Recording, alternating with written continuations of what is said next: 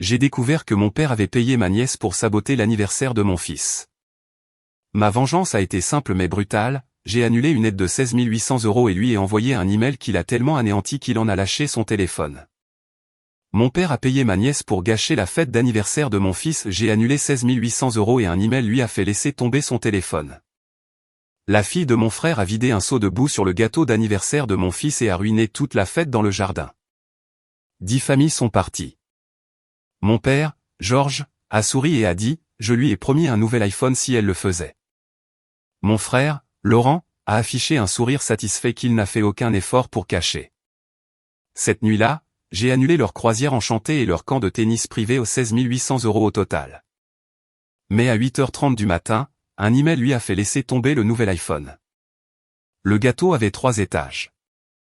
Crème au beurre vanille en bas, ganache au chocolat au milieu, et fin fêtis en haut avec un anneau de 8 bougies bleues prêtes à être placées.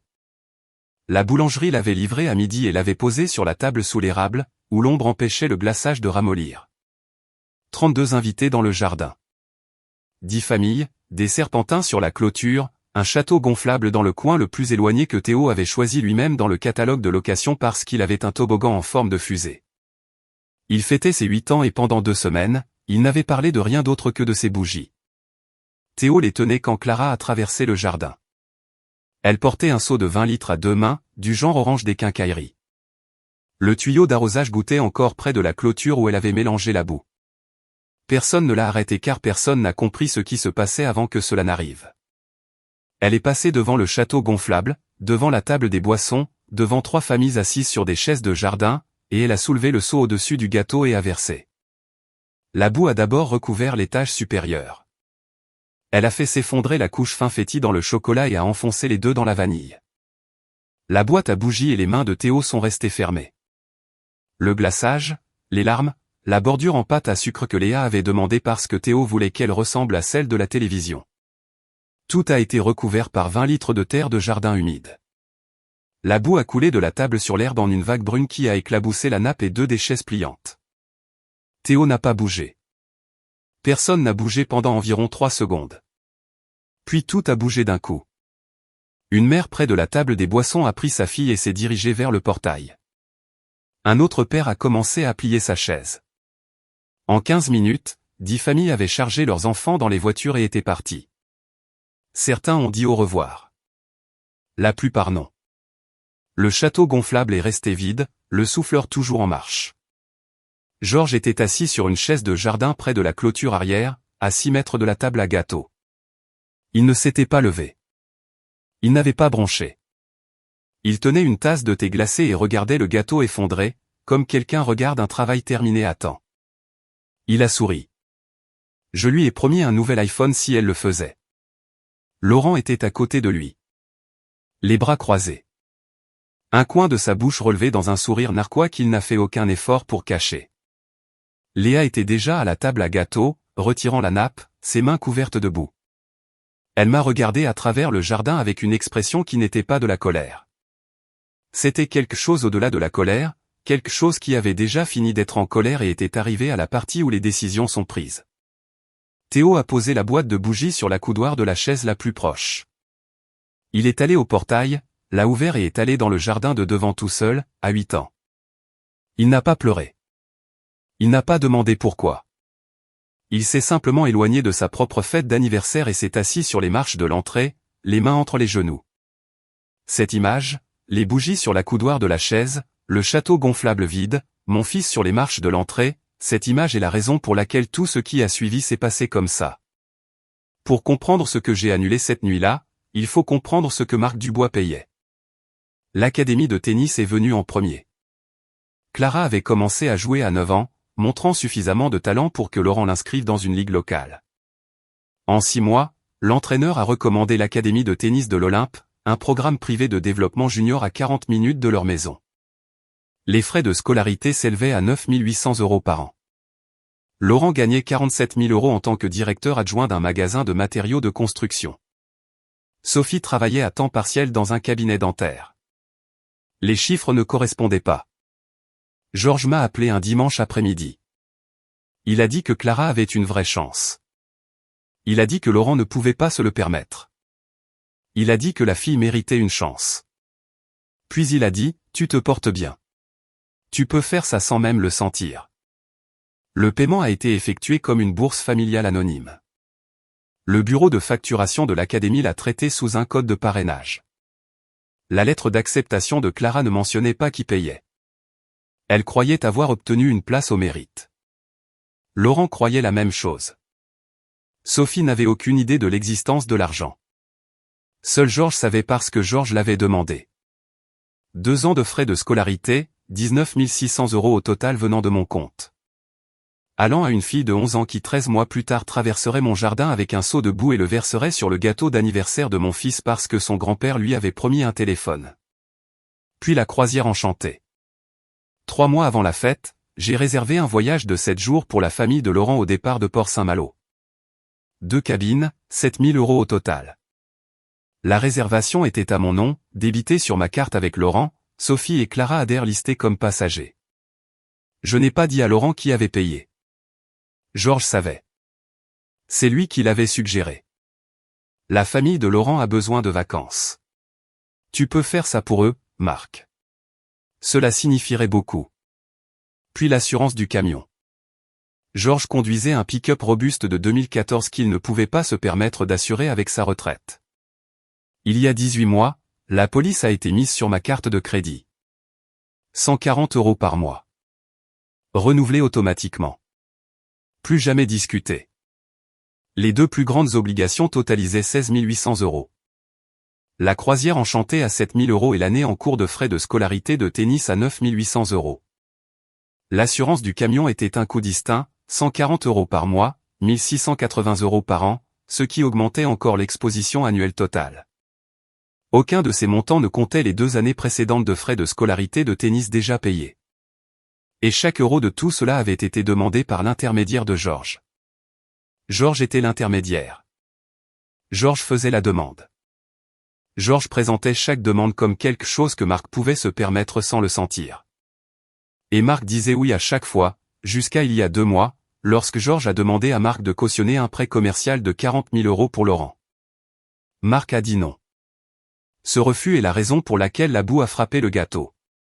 Mais cette partie vient plus tard. Cette nuit-là à 23h40, Léa était assise au bord de notre lit. La maison était calme. Théo s'était endormi sans demander d'histoire, ce qui était la première fois depuis qu'il avait 5 ans. La porte de sa chambre était fermée. La boîte de bougies d'anniversaire était sur le comptoir de la cuisine où je l'avais mise après l'avoir trouvée sur la coudoir de la chaise dans le jardin vide. Léa m'a regardé et a dit, « Qu'est-ce que tu vas faire ?» L'ordinateur portable était déjà ouvert sur la commode. La confirmation de réservation de la croisière était à l'écran. Croisière enchantée de 7 jours. Port-Saint-Malo, 2 cabines, Laurent Adair, Sophie Adair, Clara Adair, listés comme passagers. Réservé par Marc Dubois, payé par Marc Dubois. 7 000 €. Ils ne savent pas que j'ai payé pour ça, ai-je dit. Léa a regardé l'écran, puis moi. Ils pensaient que c'était une tombola d'église ou quelque chose. Georges leur a dit qu'un ami de la famille l'avait offerte. Il n'a jamais dit mon nom. Elle est restée silencieuse un instant, puis elle a dit, « Annule-la ». L'annulation a été effectuée à 23h58. Remboursement intégral sur la carte d'origine. 7 000 € de retour sur le compte le matin. L'email de confirmation est allé dans ma boîte de réception uniquement parce que mon email était le seul sur la réservation. Laurent ne le découvrirait pas avant que la compagnie de croisière n'envoie ses communications standards de pré-départ et ne trouve aucune réservation active. J'ai presque fermé l'ordinateur portable après cela. Ce qui m'a arrêté, ce n'était pas l'argent. C'était l'image de Théo sur les marches de l'entrée, les mains entre les genoux, ne pleurant pas. 8 ans et apprenant déjà à partir tranquillement quand les gens qui étaient censés l'aimer choisissaient de ne pas le faire. Cette image ne laissait pas l'ordinateur portable se fermer. Elle ne laissait pas l'écran s'éteindre. Le site web de l'Académie de tennis s'est chargé en 2 clics. Portail de parrainage de l'Académie de tennis de l'Olympe, connexion au compte. Clara Adair, statut des frais de scolarité payés en totalité, code de parrainage Adair Femmes. Ce compte est resté ouvert à l'écran toute la nuit. L'annulation attendrait le matin parce que je voulais être sûr, et le matin, je l'étais. Le matin après la fête, j'ai parcouru le jardin. Le château gonflable avait été dégonflé et plié contre la clôture. La tache de boue sur l'herbe où la table à gâteau avait été dressée était encore foncée et humide. Les serpentins pendaient mollement des poteaux de clôture, des assiettes en carton dans le sac poubelle que Léa avait attaché à minuit. Et dans l'herbe, à 2 mètres de l'endroit où la table avait été, la boîte de bougies d'anniversaire, 8 bougies bleues dans un étui en plastique transparent laissé tomber par Théo en allant vers les marches de l'entrée, toujours scellées, jamais placées, jamais allumées. Les bougies sont allées dans le tiroir à tout de la cuisine. Elles en ressortiraient plus tard, mais pas encore. À 8h15 ce matin-là, le parrainage de l'académie de tennis a été annulé. Le processus a pris 4 minutes. Portail de parrainage. Connexion au compte. Code de parrainage Adherfam. Statut actif. Un bouton. Retirer le parrainage. Une invite de confirmation. Cette action retirera le financement du parrainage. La famille de l'étudiante sera informée dans les 24 heures et aura 14 jours pour organiser le remplacement des frais de scolarité avant que l'inscription ne soit résiliée. Un clic, c'est fait. Le parrainage de Clara à l'académie de tennis de l'Olympe était parti. Les frais de scolarité annuels de 9 800 € qui provenaient de mon compte depuis 2 ans ont été retirés. Sa famille avait maintenant 14 jours pour financer les frais de scolarité elle-même ou perdre la place qu'elle croyait avoir gagnée grâce à son talent. J'avais déjà financé 2 années complètes à 9 800 € chacune. Le parrainage de la 3e année était actif mais remboursable avant la date limite d'inscription de l'académie. Le système de notification automatisé de l'académie enverrait un email à l'adresse de contact familial dans les 24 heures. Cet email arriverait le lendemain matin à 8h30 sur le nouvel iPhone que Georges lui avait acheté. Mais avant que cet email n'arrive, il y avait une conversation à avoir, et cela nécessitait de se rendre chez Georges. Ce que j'ai appris pendant ce trajet a tout changé. Léa avait passé la matinée au téléphone avec Sophie, la femme de Laurent. Sophie n'avait pas été à la fête. Elle avait travaillé un samedi au cabinet dentaire. Elle n'a appris la boue que lorsque Léa a appelé. Mais ce n'était pas la première fois que Sophie contactait avec des inquiétudes. 3 semaines avant la fête, Sophie avait envoyé un SMS à Léa demandant si quelque chose s'était passé entre Marc et Georges. Georges est différent ces derniers temps, disait le message. Tendu. Laurent ne veut pas me dire pourquoi. Léa l'avait ignoré à l'époque. Maintenant, le message avait un sens. Lors de l'appel, Sophie a dit quelque chose que Léa m'a rapporté mot pour mot. Georges est en colère depuis que tu as refusé le prêt. Il a dit à Laurent qu'il fallait te rappeler à qui tu devais des choses. Il l'a dit au dîner il y a 3 semaines. Il l'a dit devant Clara. Le prêt commercial de 40 000 €. 2 mois auparavant, Georges m'avait appelé un jeudi soir. Le ton était celui de l'appel du dimanche, celui qui signifiait toujours de l'argent, sauf que c'était un jeudi, et le montant était plus important que tout ce qu'il avait jamais demandé. Laurent voulait ouvrir une entreprise d'aménagement paysager. Il avait trouvé du matériel d'occasion à une vente aux enchères. Il avait besoin de 40 000 € de capital de démarrage. Son score de crédit était de 512. Aucune banque ne l'approuverait sans garant. Georges m'a demandé de me porter garant. J'ai dit non. Non pas parce que l'argent était le problème. Non pas parce que je ne voulais pas que Laurent réussisse. Mais parce que Laurent avait fait défaut sur un prêt automobile que j'avais cautionné 4 ans plus tôt. Un solde de 22 000 € sur un camion qu'il avait cessé de rembourser après 7 mois. Le prêt est allé en recouvrement. L'agence de recouvrement m'a appelé parce que mon nom était sur le dossier. Les 22 000 € sont restés sur mon rapport de crédit pendant 7 mois, pendant lesquels Léa et moi nous sommes vus refuser un refinancement de notre hypothèque parce que mon ratio dette-revenu avait été détruit par un camion que mon frère conduisait encore pendant que je le payais. J'ai remboursé le solde moi-même pour apurer le compte. 22 000 € de mes économies. Laurent n'en a jamais reparlé. Alors, quand Georges a appelé pour les 40 000 €, j'ai dit, j'ai cautionné une fois. Laurent a fait défaut. Mon crédit a été touché. J'ai payé 22 000 € pour le nettoyer. Je ne le ferai plus. Georges a raccroché sans dire au revoir. 2 mois plus tard, mon fils avait de la boue sur son gâteau d'anniversaire. La boue n'était pas à propos du gâteau. Ce n'était pas à propos de Théo. Ce n'était pas à propos de Clara pensant que ce serait drôle. C'était à propos de 40 000 € et du mot non. Georges avait utilisé une fille de 11 ans comme arme parce que son fils adulte ne pouvait pas obtenir un prêt et que Marc Dubois avait eu l'audace de refuser. Le téléphone n'était pas un cadeau. C'était un paiement pour service rendu. Georges avait transformé sa petite fille en entrepreneuse et le travail consistait à détruire la fête d'anniversaire d'un enfant en punition d'une décision financière qui n'avait rien à voir avec un enfant à cette table. J'ai failli m'arrêter en allant chez Georges. Non pas pour me calmer, la colère s'était déjà refroidie à ce moment-là. Ce qui m'a presque arrêté, c'est la réalisation que Clara ne savait rien de tout cela. Elle avait 11 ans. Elle a fait ce que son grand-père lui a dit de faire parce qu'il lui avait promis un téléphone. Elle ne comprenait pas les 40 000 €. Elle ne comprenait pas la caution. Elle ne comprenait pas que l'homme dont elle avait détruit le gâteau de l'enfant était le même homme qui payait 9 800 € par an pour qu'elle puisse jouer au tennis. C'était une enfant tenant un seau dont elle ne connaissait pas le poids.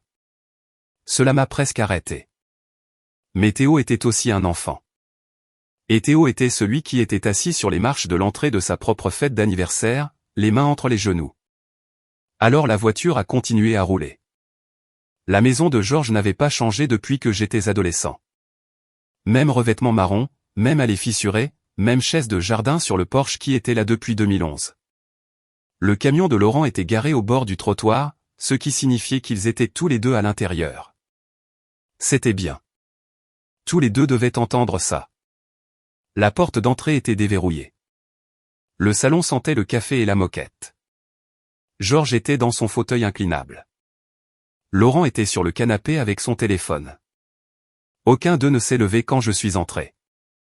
Marc, a dit Georges, de la manière dont on prononce le nom de quelqu'un qu'on attendait et qu'on avait déjà décidé de ne pas être une menace.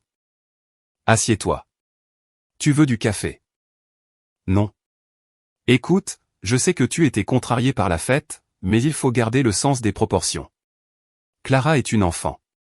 Les enfants font des choses stupides. Tu avais la même énergie à son âge. Clara n'a pas fait une chose stupide. Clara a fait ce que tu l'as payé pour faire. Tu as promis à une fille de 11 ans un nouvel iPhone si elle versait de la boue sur le gâteau d'anniversaire d'un enfant de 8 ans. Tu l'as planifié. Tu l'as entraîné sur le timing. Tu lui as dit d'attendre que les bougies soient sur le point d'être allumées. Sophie a tout raconté à Léa. La mâchoire de Georges s'est contractée. Laurent a posé son téléphone. Ce gâteau a coûté quoi? 400 €. A dit Georges. Pour un enfant de 8 ans. Ton enfant n'a pas besoin d'un gâteau à 3 étages. Il a besoin d'apprendre que le monde ne tourne pas autour de son petit cerveau doué. Clara lui a rendu service. Elle lui a montré ce qui arrive quand les gens se croient meilleurs que tout le monde. C'est ce que tu penses que c'est? Un gâteau? Laurent s'est penché en avant. Sa voix est tombée au même murmure qu'il avait utilisé à la fête. Sauf que cette fois, il n'y avait pas de foule pour la maintenir à un niveau bas. Tu aurais dû cautionner le prêt, Marc. Tu avais l'argent et tu as dit non. 40 000 €. Tu gagnes ça en 3 mois et tu as regardé papa et tu as dit non. Alors oui, ton enfant a eu de la boue sur son gâteau. Pense à ça la prochaine fois que quelqu'un de cette famille te demandera de l'aide et que tu décideras que ton score de crédit compte plus que ton frère. La pièce est restée silencieuse un instant. Laisse-moi te dire ce que j'ai payé, ai-je dit. Et puis nous allons voir comment les calculs fonctionnent. Georges s'est agité dans son fauteuil inclinable. Laurent s'est rassis. L'inscription de Clara à l'académie de tennis de l'Olympe, 9 800 € par an, 2 ans, 19 600 € au total. Payé par mois par le biais d'un parrainage familial anonyme. Clara ne le sait pas. Laurent ne le sait pas. Sophie ne le sait pas. Georges le sait parce que c'est Georges qui m'a demandé de le payer. Laurent a regardé Georges. Georges n'a pas rendu son regard. La croisière enchantée, voyage de 7 jours depuis Port-Saint-Malo. 2 cabines, 7 000 € réservés à mon nom, débités sur ma carte. Passagers listés comme Laurent, Sophie et Clara adhèrent. Laurent ne savait pas qui avait payé. Sophie ne savait pas qui avait payé. Georges savait parce que c'est Georges qui l'avait suggéré. La bouche de Laurent s'est ouverte. Rien n'est sorti. L'assurance de ton camion, papa. 140 € par mois, 18 mois. 2520 € au total sur ma carte de crédit. Renouvelé automatiquement. Jamais discuté. Les mains de Georges sont allées sur les accoudoirs de son fauteuil inclinable. Le prêt automobile que j'ai cautionné pour Laurent il y a 4 ans. 22 000 €. Défaut de paiement. Est allé en recouvrement.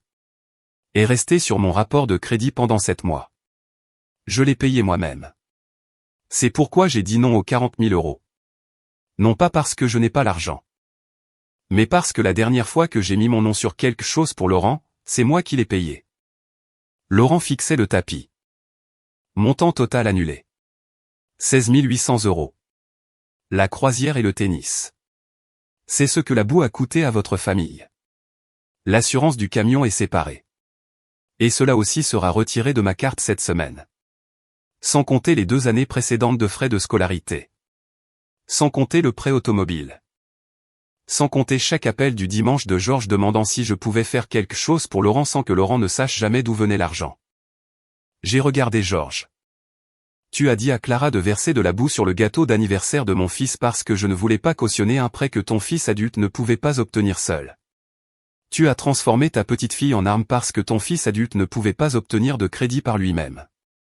Et tu l'as fait sachant que l'homme dont tu punissais l'enfant était le même homme qui payait le tennis de ta petite fille, les vacances de ton fils et l'assurance de ton camion. Georges n'a rien dit. Ce n'était que de la boue, a dit Laurent. Sa voix avait changé. Plus petite maintenant. Hésitante.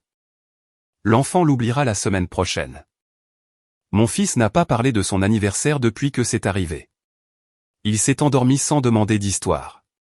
Il n'a mentionné aucun de vos noms. Clara a 11 ans, a dit Georges. Elle ne savait pas ce qu'elle faisait. Tu ne peux pas tenir un enfant pour responsable de cela. Elle savait. Tu l'as entraînée. Tu lui as promis un téléphone.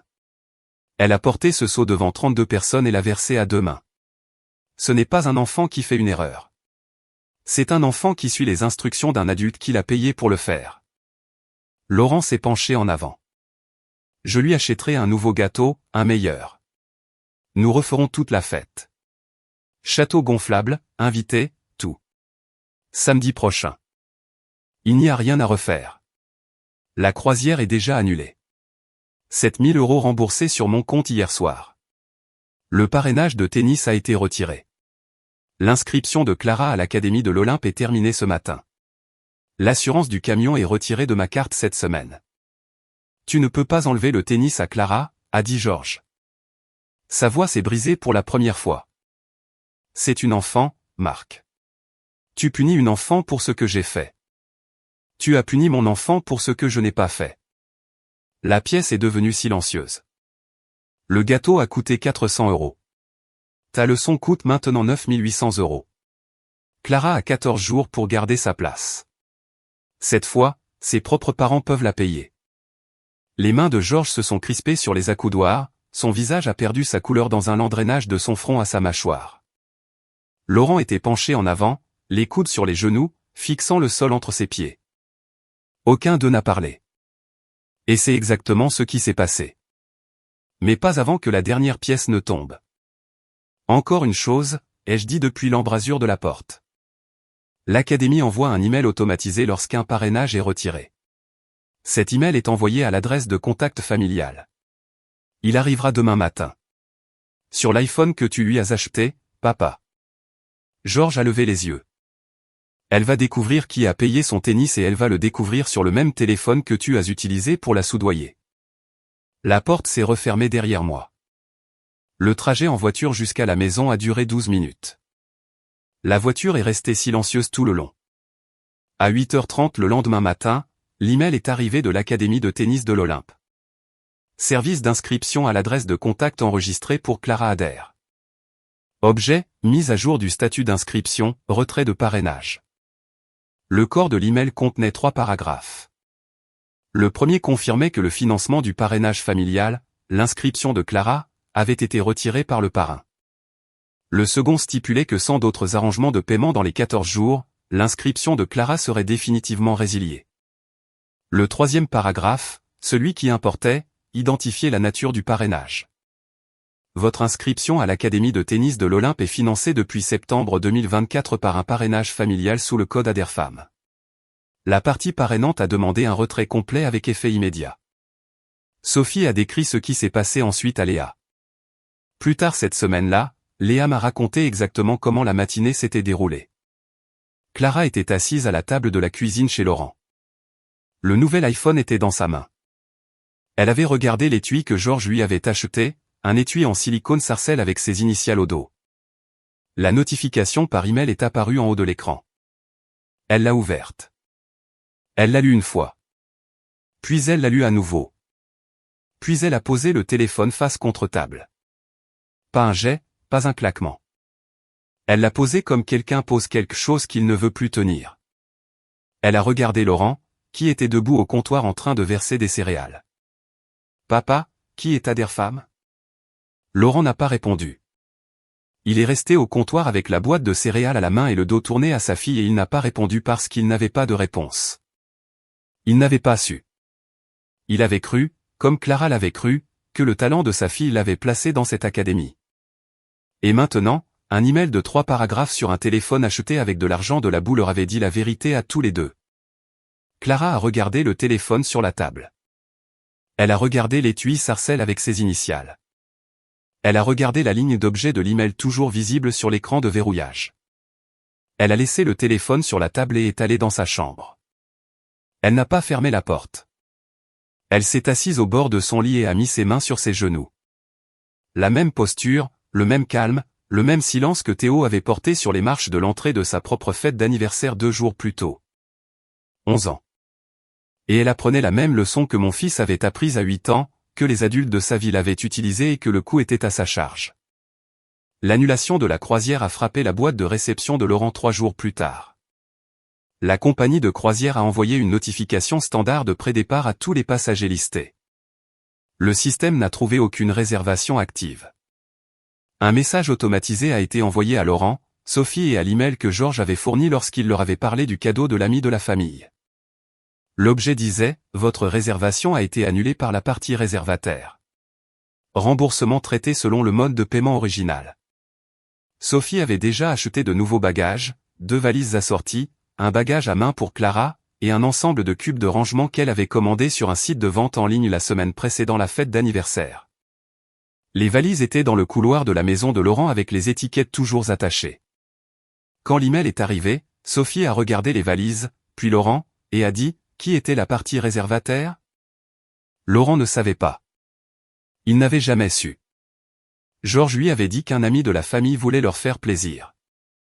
L'email ne me nommait pas directement, mais le remboursement était allé sur une carte que Laurent n'avait jamais vue, ce qui signifiait que la personne qui l'avait réservée était la personne qui l'avait payée. Et la seule personne de la famille avec ce genre d'argent était la même personne dont le gâteau d'anniversaire du fils avait été détruit 5 jours plus tôt. Sophie a fait le lien avant Laurent. Elle s'est assise à la table de la cuisine avec l'email de l'académie ouvert sur le téléphone de Clara d'un côté et l'annulation de la croisière ouverte sur son propre téléphone de l'autre. 2 écrans, 2 révélations. L'académie de tennis où sa fille avait été pendant 2 ans. Celle dont Sophie s'était vantée au travail et à la fête de Noël du cabinet dentaire et dans chaque conversation sur l'avenir de Clara avait été financée par le même beau-frère dont la fille avait saboté la fête sur instruction de son beau-père. Et les vacances qu'elle attendait avec impatience depuis 3 mois. Celles pour lesquelles elle avait acheté de nouveaux bagages et demandé des congés et épinglé un calendrier de compte à rebours sur le réfrigérateur avaient été réservées et payées par ce même beau-frère.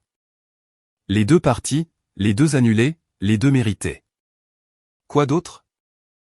A dit Sophie. Sa voix était la chose la plus silencieuse dans la pièce. Quoi d'autre marque-t-il que je ne sais pas ? Laurent ne pouvait pas répondre à cette question parce que la réponse était l'assurance du camion et le prêt automobile avant cela. Et chaque appel téléphonique du dimanche que Georges avait fait à Marc lui demandant de faire quelque chose sans dire à Laurent d'où venait ce quelque chose. La liste complète était plus longue que Laurent n'avait jamais été prêt à l'examiner. Et maintenant Sophie lui demandait de la lire à haute voix dans sa propre cuisine. Sophie n'a pas élevé la voix. Elle n'a pas quitté la maison.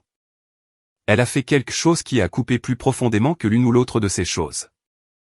Elle m'a appelé. L'appel a duré 11 minutes. Elle a posé des questions directes et j'ai donné des réponses directes. Chaque euro, chaque paiement, chaque demande qui était passée par Georges, les frais de scolarité de tennis, la croisière, l'assurance du camion, le prêt automobile, la réparation de la chaudière d'il y a 8 ans, la facture du dentiste, le solde de la carte de crédit, tout. Quand l'appel s'est terminé, Sophie connaissait l'architecture complète du système financier qui avait soutenu sa famille à son insu ou sans son consentement. Elle savait aussi que son beau-père avait payé sa fille pour saboter la fête d'anniversaire de l'homme qui avait maintenu tout ce système en place. Elle est restée silencieuse pendant longtemps avant de parler à nouveau. Puis elle a dit, combien au total au cours des 2 dernières années de paiements récurrents actifs? 16 800 € dans le cycle actuel, y compris les demandes ponctuelles plus anciennes, plus de 40 000 €. Marc, je ne savais pas. Je sais que tu ne savais pas. Elle m'a remercié de lui avoir dit. Puis elle a raccroché et n'a pas rappelé. Ce qui s'est passé à l'intérieur de cette maison après l'appel téléphonique m'a été raconté des semaines plus tard par Léa, qui était restée en contact avec Sophie. La conversation entre Sophie et Laurent a duré plus d'1 heure. À la fin, Sophie avait déplacé les nouveaux bagages du couloir vers le garage. Elle a dit à Laurent que les valises resteraient là jusqu'à ce qu'elle comprenne exactement combien de leur vie avait été construite sur l'argent de sa belle-sœur et les mensonges de son père.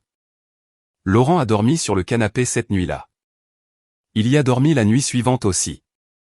3 semaines après la fête, Georges a appelé. Sa voix était différente de toutes les versions que j'avais entendues auparavant. Pas en colère, pas calculatrice, pas la voix de l'appel du dimanche qui précédait toujours une demande. Celle-ci était mince et prudente, comme un homme lisant un dossier médical qu'il avait lui-même écrit. Marc, il faut que je te parle de quelque chose de grave. J'ai des douleurs thoraciques depuis le dîner chez moi. Des douleurs aiguës, côté droit, ça va et ça vient. Certains matins, je me réveille et mon bras est engourdi. Le médecin veut faire un bilan cardiaque complet, mais le ticket modérateur est de 300 € et mon assurance ne couvre pas les analyses de sang. Il a fait une pause. La pause était conçue pour créer un espace où je pouvais proposer. C'est ainsi que fonctionne chaque pause de Georges. Le silence n'est pas une réflexion. C'est une main tendue. Je n'appelle pas pour de l'argent, a-t-il dit, ce que Georges dit quand il appelle pour de l'argent. J'appelle parce que si quelque chose m'arrive, je veux que tu saches que c'est toi qui l'as causé. Tu as déchiré cette famille à cause d'un gâteau d'anniversaire. Ton frère ne peut pas dormir. Sophie ne lui parle plus. Clara n'a pas touché sa raquette depuis 2 semaines. Et le stress de voir ma famille s'effondrer parce que tu n'as pas supporté un peu de boue sur du glaçage est là, dans ma poitrine. Il a attendu à nouveau. J'ai failli le corriger. Presque expliquer une fois de plus que rien de tout cela n'était à propos d'un gâteau. Mais le schéma était trop familier. Chaque conversation avec Georges se terminait par une demande déguisée. Que la douleur soit réelle ou une autre demande enveloppée de culpabilité ne changeait pas la bonne réponse. Si c'était réel, il avait besoin des services d'urgence. Si ce n'était pas le cas, il devait arrêter d'utiliser les problèmes de santé comme levier. Dans les 2 cas, ma réponse était la même. Appelle une ambulance. Papa, pas moi. Je ne suis plus ton contact d'urgence. Silence sur la ligne. Et ne rappelle plus jamais ce numéro pour de l'argent, ni pour des tickets modérateurs, ni pour des assurances, ni pour des prêts, ni pour des vacances, ni pour le tennis, ni pour les primes de camion. Ce numéro est définitivement fermé aux demandes. Tu as utilisé mon argent, mon nom et ma nièce pour punir mon fils parce que je ne voulais pas cautionner un prêt que ton fils adulte ne pouvait pas obtenir seul. C'est la dernière chose qui s'est passée entre nous. Il n'y a rien après cela. L'appel s'est terminé. Léa était dans l'embrasure de la porte. Elle avait entendu la dernière partie. Elle n'a pas demandé ce que Georges avait dit. Elle est allée au garde-manger, a sorti une boîte de préparation pour gâteau et l'a posée sur le comptoir. Vanille, la même saveur que l'étage inférieur du gâteau que Clara avait détruit. L'anniversaire de Théo n'est pas encore terminé, a-t-elle dit. 30 jours après la fête, la cuisine sentait la vanille. Léa avait préparé un gâteau simple dans un plat de 9x13. Pas de pâte à sucre, pas de 3 étages, pas de livraison de la boulangerie, pas de 32 invités, juste un gâteau refroidissant sur une grille sur le comptoir pendant que Théo était assis à la table de la cuisine à faire ses devoirs et à attendre sans savoir ce qu'il attendait. Le minuteur du four avait sonné il y a 10 minutes et la cuisine était chaude de la manière dont les cuisines le deviennent quand quelque chose a cuit pendant 45 minutes et que la fenêtre est toujours fermée. Quand le glaçage fut prêt, Léa a posé le gâteau devant lui. Pas d'écriture dessus, pas de décoration, pas de serviette à thème, juste une crème au beurre blanche lisse sur un gâteau qui sentait l'après-midi du samedi. Théo l'a regardé un instant. Il a regardé Léa, puis moi. Puis, sans qu'on lui dise, il est allé au tiroir à tout. Il a sorti la boîte de bougies d'anniversaire. La même boîte. 8 bougies bleues dans un étui en plastique transparent. Celle qu'il tenait dans le jardin il y a un mois quand Clara a traversé l'herbe avec le seau. Il a ouvert l'étui et les a placées lui-même dans le gâteau. Une par une, pressant chacune dans le glaçage avec la précision prudente d'un enfant qui comprenait que ces bougies attendaient depuis un mois d'être utilisées. Léa a allumé une allumette. Les 8 flammes sont restées stables dans l'air calme de la cuisine. La lumière se reflétait sur le comptoir et la fenêtre et la porte du réfrigérateur. Théo m'a regardé, puis Léa, puis les bougies. Est-ce que j'ai un vœu? Tu as un vœu. Il a fermé les yeux. Il a pris une inspiration. Il a soufflé. Les 8 se sont éteintes d'un seul souffle. Une fine ligne de fumée est montée de chaque mèche et a disparu. Pas de château gonflable, pas de 32 invités, pas de serpentin sur la clôture, pas de 3 étages. Juste une famille dans une cuisine avec un gâteau simple et 8 bougies et un vœu qui n'appartenait à personne d'autre. Georges, cette semaine-là, n'avait pas rappelé depuis la conversation sur les douleurs thoraciques. Son assurance camion avait expiré 14 jours après le retrait du paiement de ma carte. L'avis de l'assureur était posé sur le comptoir de sa cuisine à côté d'une tasse de café et d'une pile de factures qui avaient commencé à s'accumuler d'une manière qu'elle n'avait jamais fait auparavant. Le paiement mensuel de 140 € était maintenant à lui de trouver avec une pension qui couvrait à peine les courses et l'essence. Laurent n'avait pas parlé à Georges depuis 10 jours. La dernière conversation entre eux s'était terminée par Laurent disant « Tu m'as dit que Marc était juste généreux. Tu ne m'as pas dit qu'il était la seule raison pour laquelle ma fille jouait au tennis. » Georges n'avait pas répondu. Le prêt de 40 000 € était non signé et le resterait. Clara n'était pas retournée à l'académie de tennis de l'Olympe. L'entraîneur Moreau avait appelé une fois la maison, avait parlé à Sophie, et avait proposé un arrangement de frais de scolarité partielle. Sophie avait dit qu'elle en discuterait avec Laurent. Elle n'en avait pas discuté avec Laurent. La raquette était dans le placard. L'étui de téléphone Sarcelle était dans un tiroir. Le téléphone lui-même fonctionnait toujours, mais Clara avait cessé de le porter. Elle le laissait sur sa table de nuit, face contre terre, et quand il s'allumait avec des notifications, elle ne les regardait pas. 5 semaines après la fête, un dimanche après-midi, Clara était assise sur le porche arrière de la maison de Laurent. Elle y était depuis 20 minutes. Le téléphone n'était pas avec elle. Elle regardait le jardin, l'herbe où elle s'entraînait à servir contre la clôture, le filet que son père avait accroché entre 2 poteaux pour son 10e anniversaire. Elle n'a pas pleuré. Elle n'a appelé personne. Elle est restée assise les pieds sur la marche inférieure et le menton sur les genoux. Et à un moment donné, elle est entrée et a démonté le filet elle-même. Elle l'a roulé, l'a mis dans le garage à côté des bagages inutilisés de Sophie, et a fermé la porte du garage. Personne ne lui a demandé de démonter le filet. Personne ne lui a dit de le faire. 11 ans. Et elle avait déjà compris ce que les adultes autour d'elle essayaient encore d'éviter. Que les choses qui lui avaient été données n'étaient pas les siennes. Et la personne qui les avait payées avait toutes les raisons d'arrêter et personne dans sa famille n'avait le droit de lui demander de ne pas le faire. Les bougies d'anniversaire étaient parties, fondues jusqu'à la ligne de glaçage, retirées et jetées. Mais le vœu est resté, et la cuisine est restée, et le gâteau, ce qu'il en restait, était dans le réfrigérateur avec un morceau manquant du coin où Théo avait coupé la première tranche lui-même. Vos enfants se souviennent de qui s'est montré. Ils se souviennent de qui est resté. Et ils se souviennent de qui a préparé le 2e gâteau. Mon nom n'était plus sur une réservation de croisière. Il n'était plus sur un portail de parrainage ou un paiement automatique d'assurance ou une ligne de cocautionnaire. Il était sur un comptoir de cuisine sur une assiette à gâteau à côté de 8 restes de bougies fondues et du dossier de devoir d'un enfant de 8 ans. Et pour la première fois en 2 ans, il ne finançait personne qu'il avait utilisé comme arme contre mon fils.